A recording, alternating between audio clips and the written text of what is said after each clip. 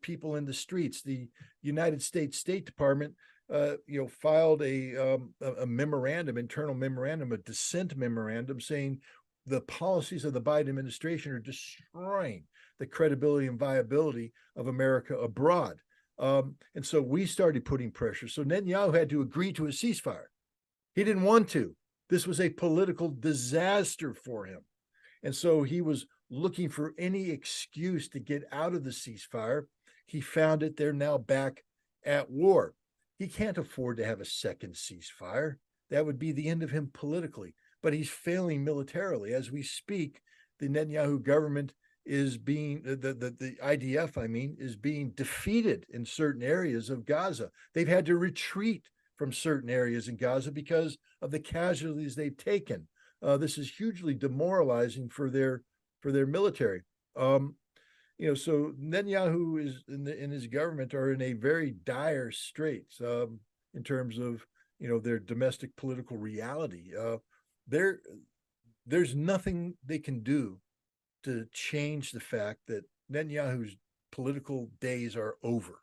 He is the problem, not the solution. He will be removed from power, either from pressure from the United States or pressure from domestic, or both.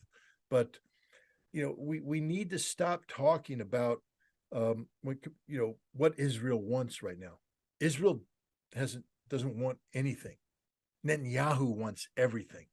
He needs to be removed, and a new, more legitimate Israeli government in place that speaks on behalf of the majority of the Israeli population, then can speak about what they want. They may not change their policies. Who knows? But I think, real politic will set in, and the Israelis are going to have to make adjustments. Economically, they cannot sustain this fight indefinitely. With hundreds of thousands of reservists mobilized who are no longer participating in the economy, with tens of thousands of Israeli citizens displaced from not only around Gaza, but in the north, forced to be resettled, no jobs. They're living off of the support provided by the Israeli government. The economy is faltering. Hundreds of thousands of Israeli Jews are fleeing Israel for more stable locations. This is a strategic defeat, a disaster for Israel, that if they can't find the way to defeat Hamas, and I don't believe they can, you can't defeat an ideal, especially one that resonates so strongly amongst not only the Palestinian people, but the entire world. It can't be defeated by Israel. So I think Israel won't get what it wants out of this war. We have to understand that they did not initiate this conflict. They didn't want this conflict. They weren't expecting this conflict. The Netanyahu government on October 6th had a policy that was predicated on the normalization of relations with Saudi Arabia, the initiation of this new economic-based conception that was described by Joe Biden and Benjamin Netanyahu. Biden announced it during the G20 meeting in India, talked about the India-Middle East Economic Corridor. Benjamin Netanyahu bragged about it during his presentation to the General Assembly in the United Nations. This was the direction that Israel was going. Israel was also, under the Netanyahu government, making sure that there would never be a two-state solution, never be a Palestinian state. They were in the process of expanding operations to create new settlements in the West. And they thought that they had bought off Hamas and the Palestinians in the Gaza by increasing the number of work permits, that this perception of new economic viability on the part of the Gazan Palestinians linked to a relationship with Israel, an ongoing economic relationship, would preclude any precipitous actions by Hamas. So when October 7th came around, the Netanyahu government is faced with a whole new reality. And now they're adjusting to it. And this reality is 100% security, politically motivated. It's couched as a security reaction, but it's political.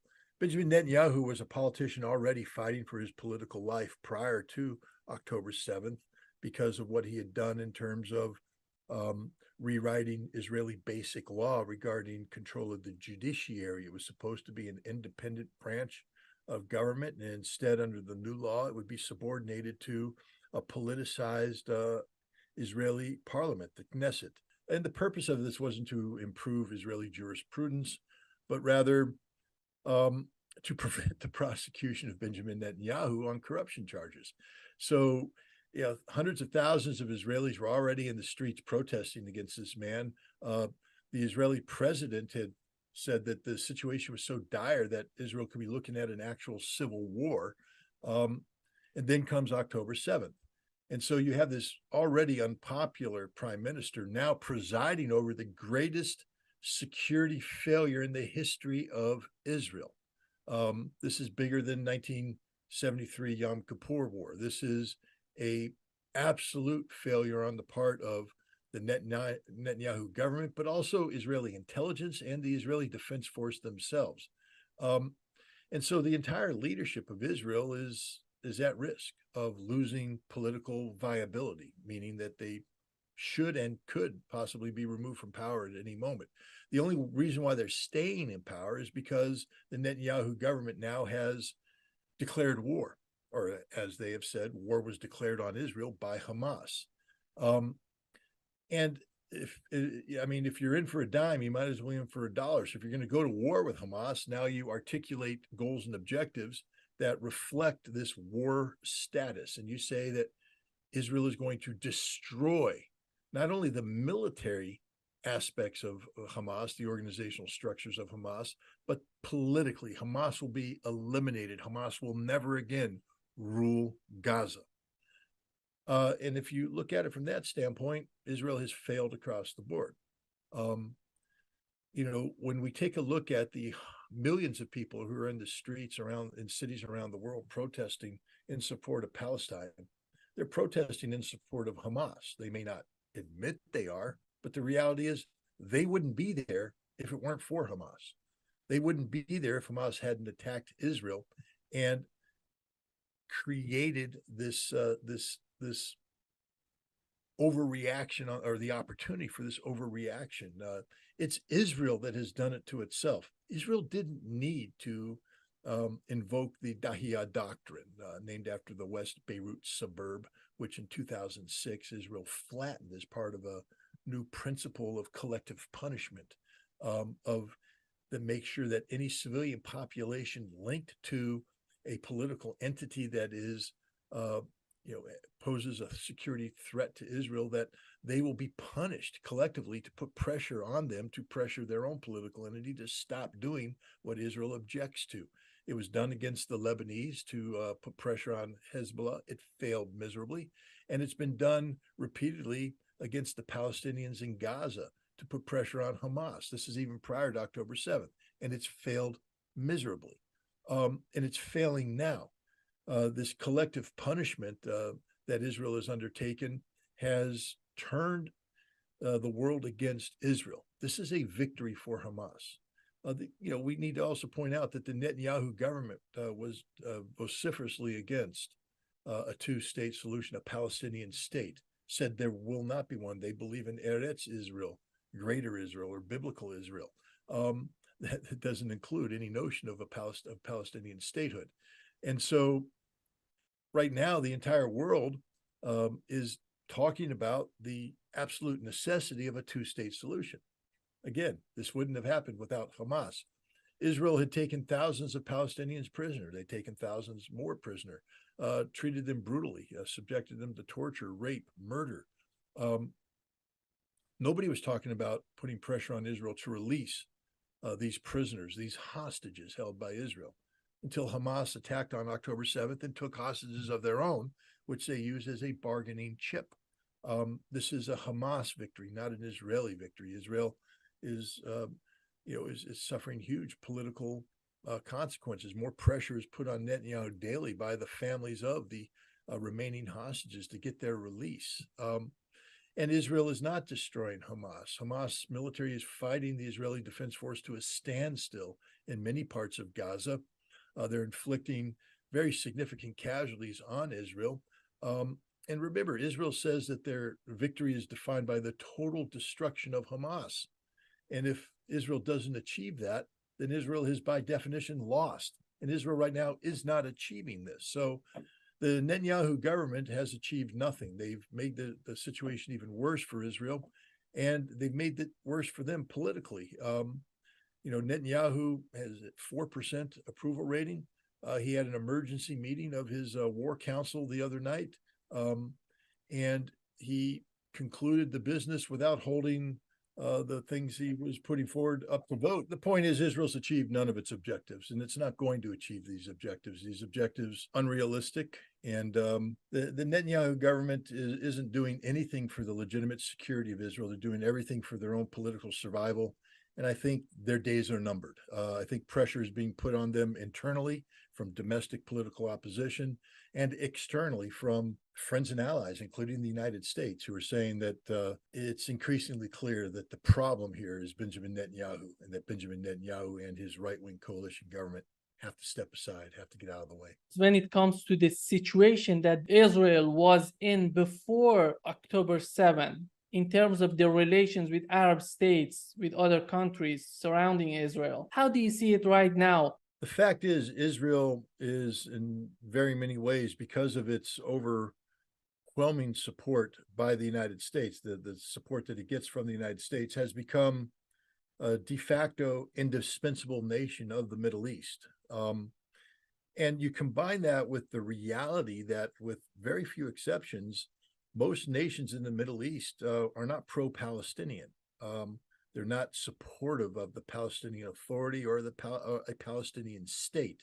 And that Israel had exploited this antipathy amongst the Gulf Arab nations, for instance, amongst Israel's immediate neighbors, toward the Palestinians for their own good, leveraging the concept of the possibility of a Palestinian state that could never be reach manifestation because of the definition. This is the Abraham Accord. What Israel has said about a two-state solution, it's unattainable, unachievable, unrealistic, but it's there on the table. And the Arab nations who claim to be supporting Palestine, but who secretly don't, say, well, Israel's made a good faith effort here. Now we'll normalize relations with Israel, so we can get on with reaping the economic and geopolitical benefits of normalization. That all appears to be on hold, but nothing's fundamentally changed. The political reality of the situation is such that these nations have to take a stance that appears to be supportive of the Palestinian people, of a Palestinian state, but they are distancing themselves from Hamas, and they aren't cutting off relations with Israel, which tells me that if and when this conflict ends, and it will end, that there's a real risk that the nations that are lining up to support a Palestinian state today will slide back to their previous posture of either indifference or hostility towards Palestine. And this will be to the benefit of Israel. Now, the longer this conflict goes on, and the deeper the damage that Israel is doing to itself in terms of its how the world perceives it, could create a new political dynamic, a new political reality amongst these Arab states. And if that happens, then there will be a Palestinian state. There's no doubt in my mind. But if this conflict is brought to an end, and then the cause of a Palestinian state goes into endless negotiations by people who really don't have the best interests of Palestine in mind, we could find ourselves returning to square one, which then brings up Hamas, which is not going to quit until there is a Palestinian state. And I think that the failure of Israel to defeat Hamas empowers Hamas politically and gives them increased leverage to tell the Arab world, the Islamic world, that we will not go away. We will not quit. We will continue to resist. And that the best way to bring peace and stability to the region is to create a true independent Palestinian state, which includes Hamas as a political entity. You can't make Hamas disappear. If there were elections in the Palestinian in the Gaza and West Bank today, I think Hamas would win overwhelmingly. The Palestinian Authority has no credibility, none, zero credibility. Hamas has all the credibility in the world because it's the only um, Arab organization that's fighting for the Palestinian people. How do you see the possibility of Hezbollah getting more seriously involved in this battle? Is that possible, in your opinion? Oh, of course it's possible. It's even likely, given what Hezbollah has done is it has maintained a extraordinarily high levels of pressure on Israel along the border between Israel and Lebanon. The purpose of this was to force Israel to divert resources from Gaza to Lebanon and to put strain, economic and political strain on Israel at a time when it was supposed to be singularly focused on resolving the Gaza crisis. Up to 70,000 Israelis have been evacuated from northern Israel. They have to be housed, cared for at enormous economic cost to Israel. Whatever economic activity took place in the north has come to a halt. So that's an unsustainable reality that Israel can't just allow to occur. And Hezbollah keeps ratcheting up the pressure. Israel right now has confronted Benny Gantz, the Minister of War, has come out and said that Israel has no choice but to turn its attention to Lebanon to compel Hezbollah to withdraw from the border. This is suicidal. Lebanon is as prepared for whatever Israel is going to do as Hamas was prepared for Israel. And Hezbollah is an organization that has far more military capacity than Hamas. It will be fatal for Israel to expand this conflict. And I think that's why it might not happen, is that the Israelis know that if they engage decisively with Hezbollah, they will suffer a decisive defeat. And that could be very problematic, not only for the Netanyahu government, but for anybody who's joined his coalition, his wartime coalition, like Benny Gantz and others. So it's a very dangerous situation, one where there is an absolute threat of an expansion of this conflict to draw in Hezbollah, but also one that the consequences of such expansion are so dire that it might be difficult for Israel to act on it, which is what Hezbollah is betting on, that Israel will make a decision to seek a ceasefire before they make a decision to escalate. Time will tell. One of the countries that is so important is Saudi Arabia. How do you see their policy in Gaza? Are they looking for some sort of sanity, some sort of solution for Gaza? Well, their official position and what their real position is might be two different things. Their official position is that they support Palestine, they support the Palestinian people, they support a two-state solution, and therefore they are opposed to the ongoing Israeli actions. Their unofficial position is they were ready to normalize relations with Israel to, offset the axis of resistance. Hamas, Hezbollah, Syria, Iran, the Houthi, pro-Shia militias in Iraq. Yes, because of China, Saudi Arabia, and Iran had normalized relations. But that doesn't mean that Saudi Arabia is going to roll over and play dead. It was not a Saudi surrender. And Saudi Arabia was very interested in ensuring that it maintain a dominant geopolitical position vis-a-vis the Middle East. And they were looking to do that by normalizing relations with Israel and creating the conditions where Israel would be able to insert itself into the Persian Gulf region in a way that helped offset, Iran's growing stature in these nations that are linked to the axis of resistance. So the Saudis are in a very, they're stuck between the horns of a dilemma right now. They can't continue to carry out a policy which, by any stretch of the imagination, is pro-Israeli in nature, normalizing relations, bringing Israel into the Gulf region to offset Iranian influence. And they can't ignore the new reality generated by Hamas's military operation on October 7th and what's transpired since then by ignoring a Palestinian two-state solution. So I think what Saudi Arabia is doing is buying time, saying all the right things, hosting a conference, but doing nothing, and waiting to see where the chips finally fall before they would decisively commit. Remember, Saudi Arabia's number one purpose for doing anything is to benefit Saudi Arabia. So they're not going to be looking for something that brings about in and of its own right regional peace and security. They're going to be looking for something that benefits Saudi Arabia. It may be something that benefits regional peace and security, but it may be something different. Saudi Arabia has a vision. I think they call it Vision 2030, about a new Saudi Arabia, new economic realities, new social political realities, and that's the direction that MBS is taking Saudi Arabia, and they cannot support anything that that threatens that vision, because that vision is about a redefining of Saudi Arabia. It's what its economy looks like, what its geopolitical posture looks like, and that's going to require a lot of money to make happen, and that money won't be there if Saudi Arabia does anything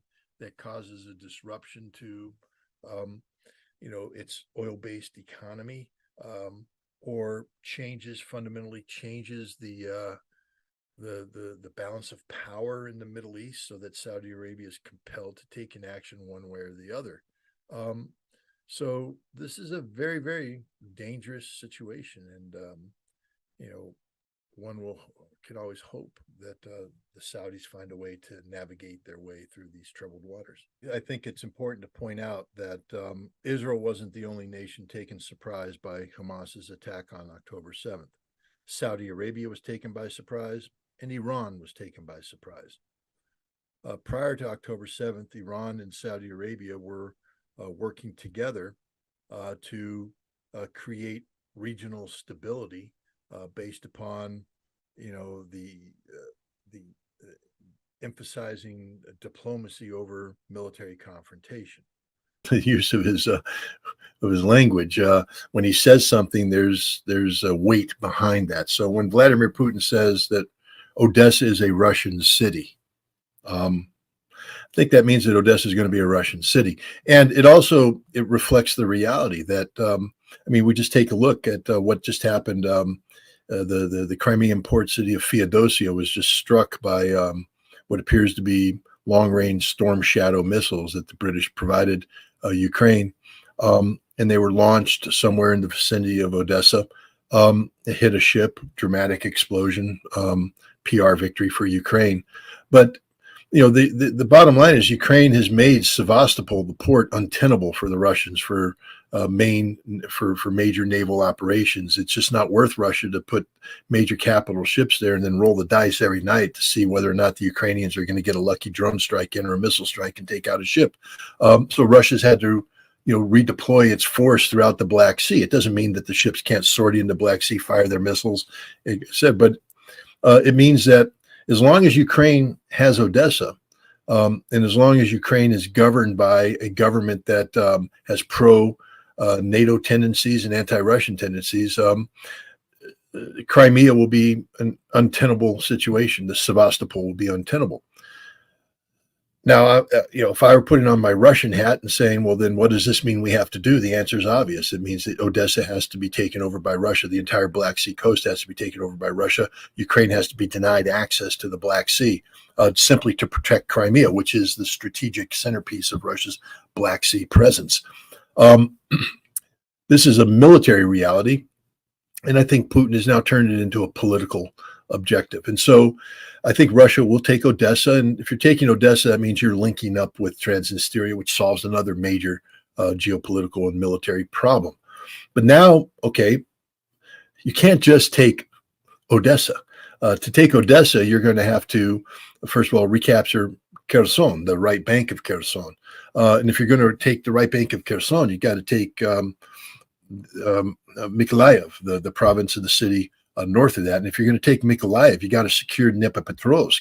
And if you're going to secure Dnipropetrovsk, you've got to anchor it on Kharkov. So I think we just defined what the Russian map's going to look like. Russia will take Kharkov, move down to Dnipropetrovsk, take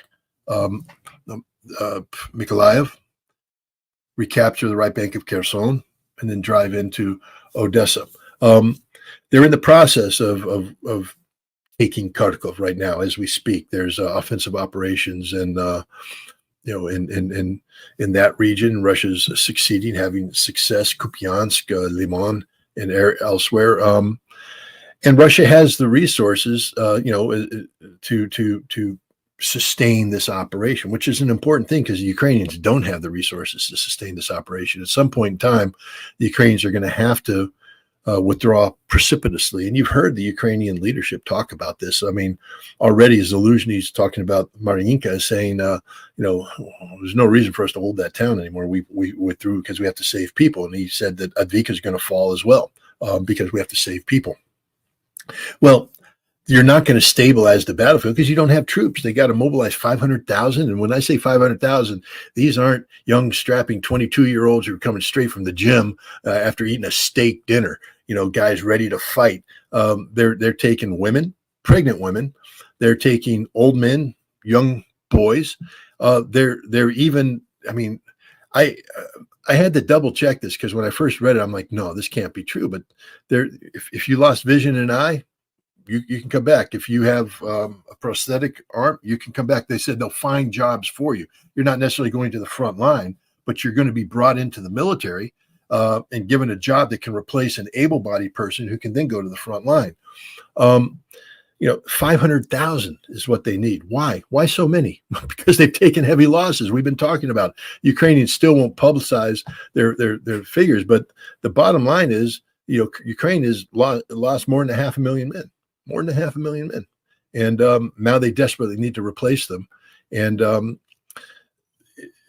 the timetable of this is, again, it's untenable. The faster you gather these resources, these human resources, and put them on the front line, the less capable they'll be. They need to be trained. And that training, if you're going to be effective on the battlefield, has to take place over the course of months. Ukraine doesn't have months. They have days, maybe weeks. And if you take somebody, and the other thing is motivation. You can get a lot with motivated people. I mean, I can take a person who doesn't have the skill set, but if they're motivated, they want to be there. My job then is to help them survive the initial phase of combat where they learn on the job. And then they become survivors and fighters and all that stuff because they want to be there. Russia's recruiting 1,500 guys a day to serve in the special military operation. Why? Because they want to be there. They believe in the cause. Ukraine is going to have to go beat up people. They go to gyms and they strip the gym membership. They go to restaurants and pull people out. And you think these people want to be there? If they wanted to be there, they'd have been to the recruiting office already saying, sign me up. These are people who are avoiding military service. They're talking about bringing in hundreds of thousands of Ukrainians who have fled Ukraine into the West. You really think somebody who already left Ukraine, they voted with their feet saying, we don't want to be on the front line. Now, if they come in, they're going to be like, oh, what the heck? I'll be a good soldier. I'll learn to fight. I'll die for my country. No, these people don't want to do it. So the Ukrainian army is falling apart as we speak. So they're going to have to make precipitous decisions like to withdraw to the Dnieper River, which makes Russia's task that much easier, speeds up the process of taking Kharkov, Dnipropetrovsk, Mykolaiv. And this is why some Russian senior people who I've talked to are talking about a potential move on Odessa sometime in the May-June timeframe. That seems a little optimistic to me, but then again, I'm not privy to the Russian military planning. But the bottom line is when this war ends, and it will end, and Russia will win, I think you're going to see Russia absorbing 4 new territories into Novorossiya: Odessa, Mykolaiv, Dnipropetrovsk, and Kharkov. Well, and what's interesting about that is the economic potential of the new regions in Russia. They're bringing in a new land, but the the economic potential as far as having coasts, as industrial potential, the areas that can grow wheat and grow things. So this, it's interesting that Lloyd Austin says, well, we're doing this to weaken Russia, but you're actually bringing in basically they're picking the best parts of Ukraine, industrially, steel mills, there are mines, you name it, all of this. So Russia is going to be, not only are they going to have more people, millions of more new people, they're going to have a much more economic potential, et cetera. So this thing has backfired in a grand manner for the neocon project of Ukraine, Scott. Yeah, look, you go back and look at Soviet posters and maps and economic based maps of the 1930s. The Donbass region was the economic heart of Russia, and they show that Donbass beats and Russia works, Russia lives. This has always been this resource heavy area, and it was always Russian. It wasn't until politically they gave it to this new thing called Ukraine that it became Ukrainian. But it's always been extraordinarily important for the economy of the Soviet Union and then later Ukraine. When Russia lost access to the Donbass resources with the fall of the Soviet Union, they sought to go to other areas. So Russia's a big country with a lot of resources and to develop things, but now they're getting the Donbass back. It's they're getting the heart back. Didn't they build ships? Isn't that where they built a lot of ships and built a lot of military hardware in Ukraine? In the Black Sea region in Odessa, going up Mykolaiv, a big shipbuilding. That potential will be revived. Dnipropetrovsk, near there is town Pavlograd. That's where they build missiles. That could be revived, although I don't know if you want a strategic missile factory that close to Ukraine. It depends what Ukraine's going to look like afterwards and who's going to be governing it. But the point is, a lot of Soviet-era capacity is being returned to Russia, and also again agriculturally. This is the black soil of Ukraine is some of the most fertile soil in the world. And Russia, which is already a major producer of grains, will absorb this capability on and Ukraine will be denied this capability. This is destroying Ukraine as a modern nation state. This is where the West has to hang its head in shame, because Russia didn't start out this conflict to do this to Ukraine. If you take a look at the peace agreement that was initialed in March of 2022, Russia was going to return everything but Crimea to Ukraine. I mean, the Donbass, there would have to be some sort of referendum, but Russia wasn't encouraging sustained independence. They were going to encourage the Donbass to do something, probably to go back to Ukraine as part of an overall political settlement to bring peace. But Russia wasn't seeking to absorb 40% of Ukraine into Russia. It's the collective West that's used Ukraine as a proxy that's created the requirement for this to happen for Russian security.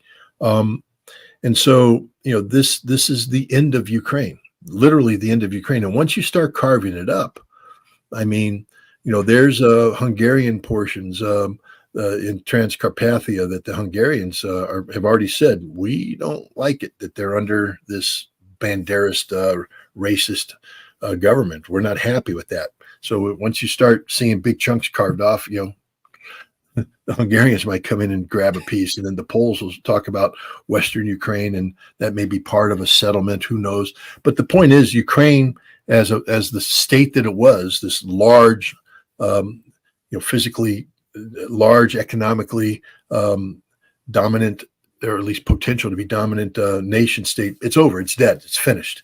The Ukrainian experiment has failed, and Ukraine will become this tiny little rump state with absolutely zero meaningful economic potential, and it will be a perpetual, third world nation that will suck the life out of the European Union. So, congratulations to EU. You bought it. you own it. Finland, I did want to ask you about this. So the U.S. now, Finland has signed an agreement that the U.S. can move into their bases. As Maduro said to the guy in Guyana, you just invited the devil in your house. You just invited Victoria Nuland and Sullivan and Blinken into your country. You don't have a country anymore. So you got to, when people look at Finland and they say this gigantic country, I think they got 6 million people, 5.9 or something. And as I said, I live in the very small state of Maryland. We got 6 million people in Maryland. I don't think the Russians are, horrified that the Finn army is going to be rolling across St. Petersburg. But with the U.S. putting bases in there, God only knows what missiles and et cetera they're putting in there. The Finns have done a very stupid thing, I believe, and placed themselves in great jeopardy because the geographic location is the biggest threat to Russia, and now they're bringing, the U.S. military into their home. Your thoughts on Finland? Well, first of all, when we talk about bringing the U.S. military in, that doesn't mean what it used to mean. What are we bringing in? Ford headquarters, planners, logistics. But what kind of logistics? Real, meaningful sustainability, or is this all superficial? The United States is, we have a 60,000, manpower shortfall in recruiting. So, we're building new bases in Finland. Where are we getting the men and women to put in these bases? I think what you're seeing is very superficial presence. It's more political than real. It allows the United States to rapidly deploy a Marine battalion. Now, I'm a Marine. I love the Marine Corps. Marine battalion is a very lethal fighting force, but it's just a battalion, guys. It can't do much anymore, and it doesn't have any armor anymore. It's a light infantry unit that works well in the Arctic, but its survivability in the modern battlefield without a Marine division, then a Marine expeditionary force, followed by an Army Corps, because that's the way it normally works. The Marine battalion sees a beachhead. Marine brigades expand the beachhead, Marine divisions push inward, and then the Army takes over the fight. We don't have that ability anymore. Don't have it. So we can put a battalion in, and then what? So the Finns have bought off on fantasy, the fantasy of NATO power projection. The United States is putting these bases in there for rapid deployment capability structures, getting this one hole. And then they sit there and they got one shot at the tank as it's right there as it comes through.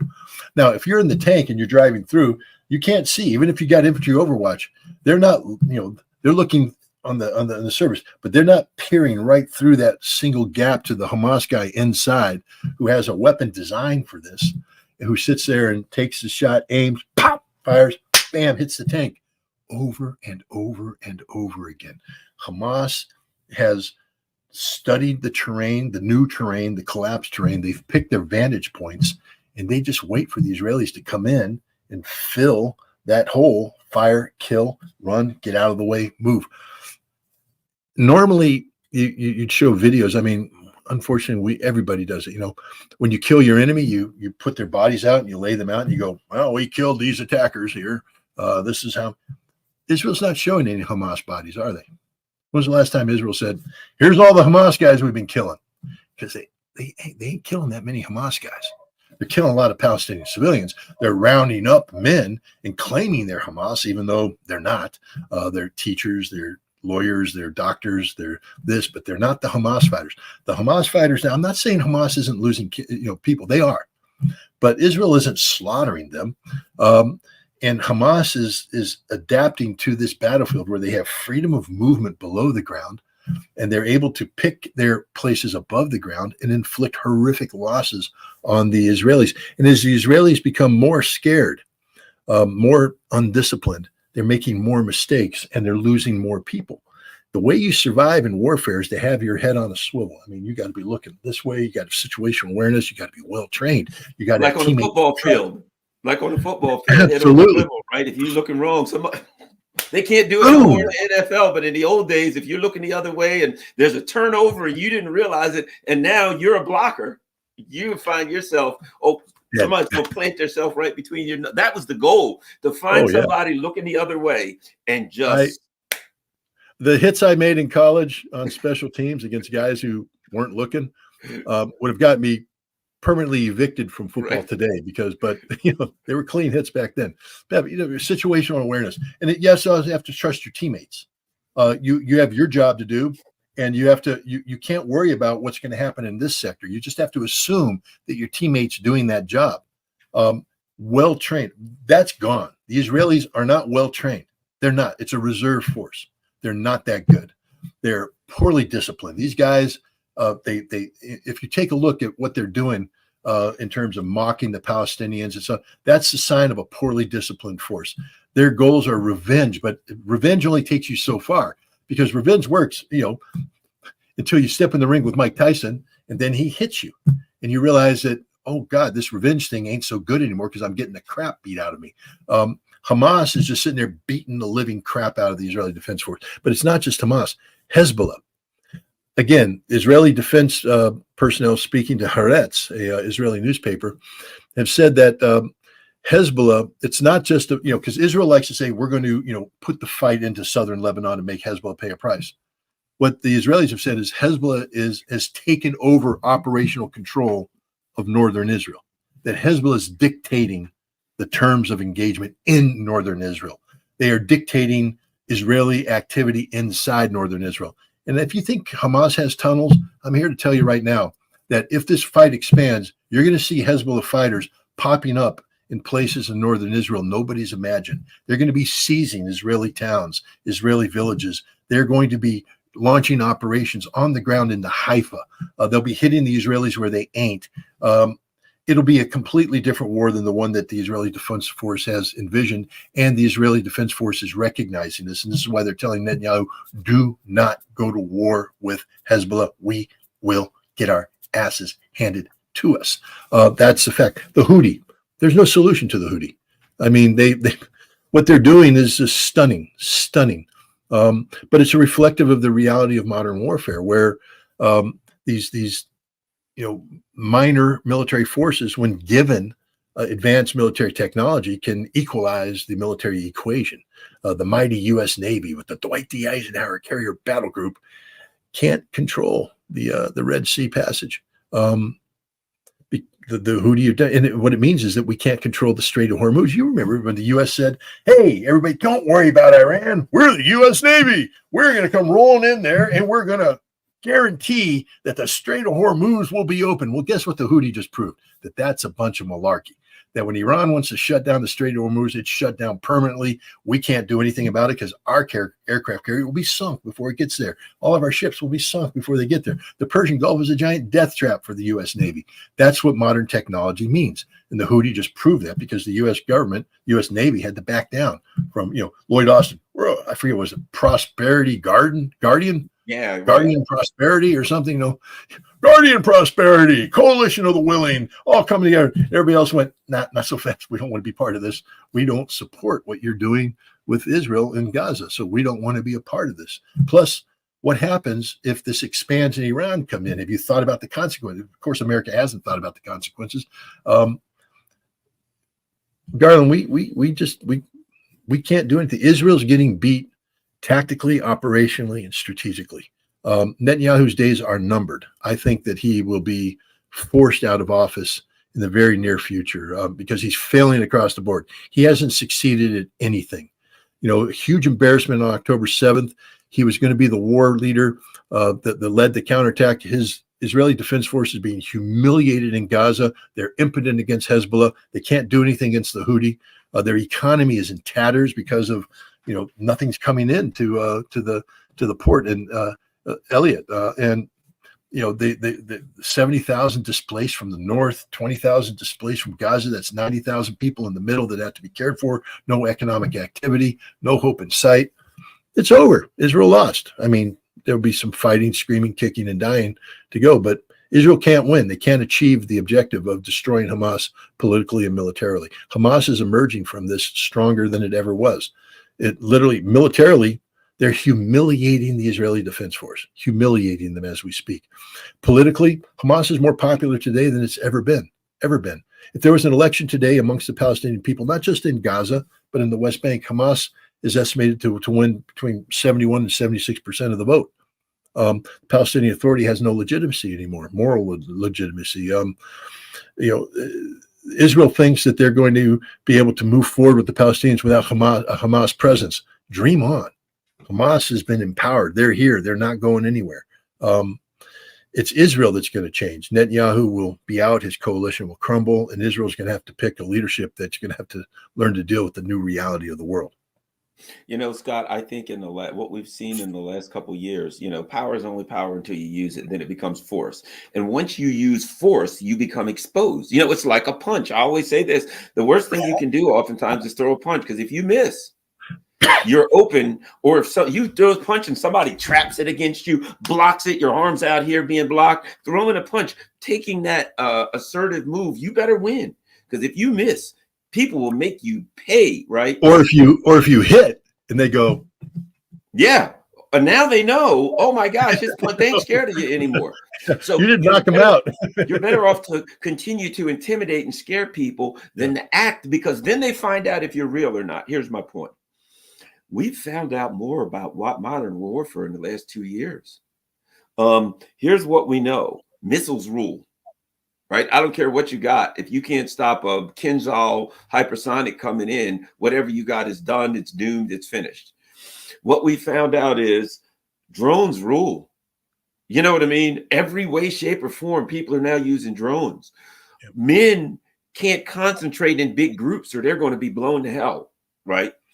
It appears to me that the U.S. Navy is kind of worthless, because you got now the kinds of missiles that we have. Oh, I mean, they say, oh, we blocked this missile, or this missile came at us, right?